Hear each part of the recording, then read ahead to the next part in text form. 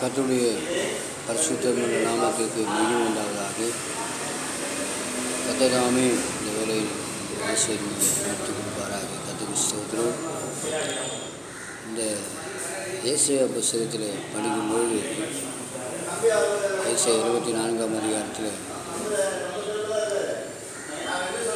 ஏசாயா 24ஆம் அதிகாரம் 17ஆம் வசனத்தில் படிக்கும்போது, தேசத்து குடிகளே, திகிலும் படுகொலியும் கண்ணியும் உங்களுக்கு நேரிடும். அப்பொழுது திகிலின் சத்தத்துக்கு விலகி ஓடுகிறவன் படுகொலியில் விழுவான். படுகொலியிலிருந்து ஏறுகிறவன் கண்ணியில் அகப்படுவான். உயர இருக்கும் மதகுகள் திறவுண்டு, பூமியின் அஸ்திவாரங்கள் குலுங்கும். தேசம் நொறுங்கவே நொறுங்கும், தேசம் முறியவே முறியும், தேசம் அசையவே அசையும். இப்படியெல்லாம் வேதத்தில் எழுதப்பட்டது. இதெல்லாம் பார்த்தீங்கன்னு சொன்னால் இன்றைக்கி நடக்குது.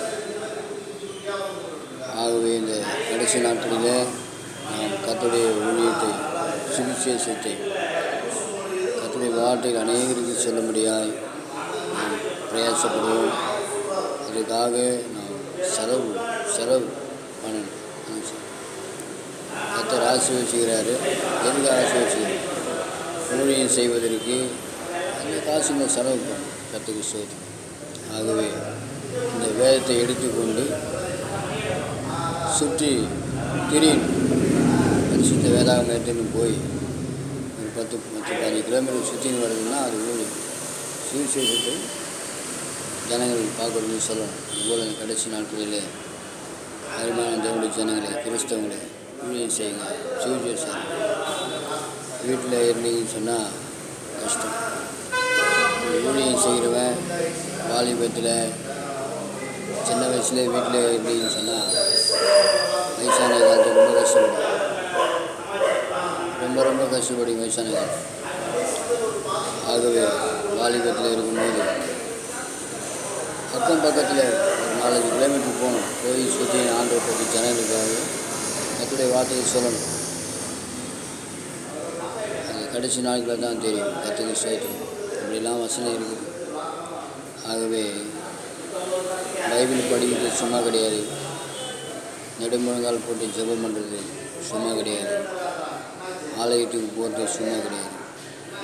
ஆண்டவருக்காக நாம் பிரயாசப்படுறது சும்மா கிடையாது. எல்லாத்துக்கும் ஒரு பதில் உண்டு, ஒரு ஆசீர்வாதம் உண்டு, நம்ம நடத்துவோம்.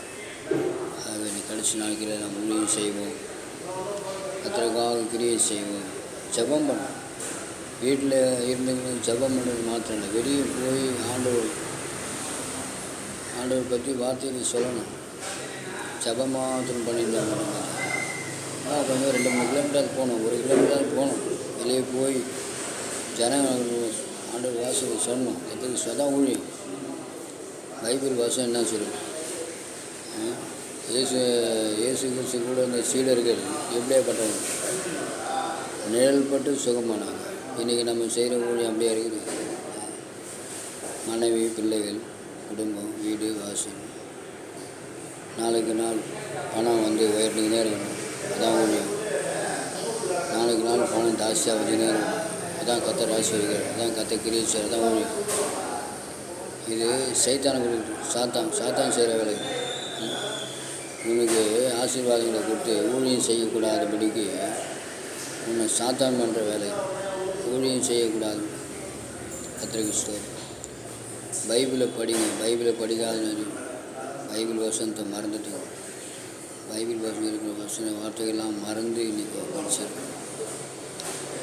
தீர்க்கதரிசிகள், ஊழியக்காரர்கள், அப்போஸ்தலர்கள் எப்படி வாழ்ந்தாங்க, எப்படி போனாங்க, எப்படி வந்தாங்க, இயேசுனார் எப்படி ஊழியம் செய்தாங்க. இல்லை கடைசி நாட்களில் ஜனங்களுக்கு தெரியல, இருமாந்து போயிடும். அவருடைய வார்த்தையை சொல்லும்போது தான் நமக்கு ஆயுசுகள் பெருகும். வெளியே போய் சத்தியத்தை, வசனங்களை, வார்த்தைகளை சொல்லும்போது தான் நமக்கு சுகம் உண்டாகும். கர்த்தருக்கு ஸ்தோத்திரம். கர்த்தருக்கு ஸ்தோத்திரம். எல்லாம் இருக்குது. வீட்டாண்ட உட்காந்துன்னு இந்த ஆஸ்பத்திரி ஏற்றி போய் கட்டுக்கட்டா ரூபாய் கட்டுக்கட்டா ஆண்டவர் கொடுக்குறது தான் ஆஸ்பத்திரிக்கு சொல்லணும். விசுவாசங்கள் ஊழியர்கள் வெளியே புறப்பட்டு போய் சத்தியத்தை சொல்லுங்கள். அனைவரும் பாருங்க, ஒரு பரலாங்க போங்க, ஒரு முடிஞ்ச அளவு வெளியே கர்த்தர் உங்களை ஆசீர்வதிப்பார். ஆகவே வாக்கில் நாம் வீண் பண்ணாதபடிக்கு நம்ம ஜெபமும் செய்யணும். அதே வேளையில் வெளியே புறப்பட்டு போய் ஜெபிக்கணும், சுவிசேஷம் அறிவிக்கணும், கர்த்தர் வேலையை செய்யணும். ஆகவே அதுதாமே உங்களை ஆசீர்வதிப்பாராக. நன்றி, நன்றி.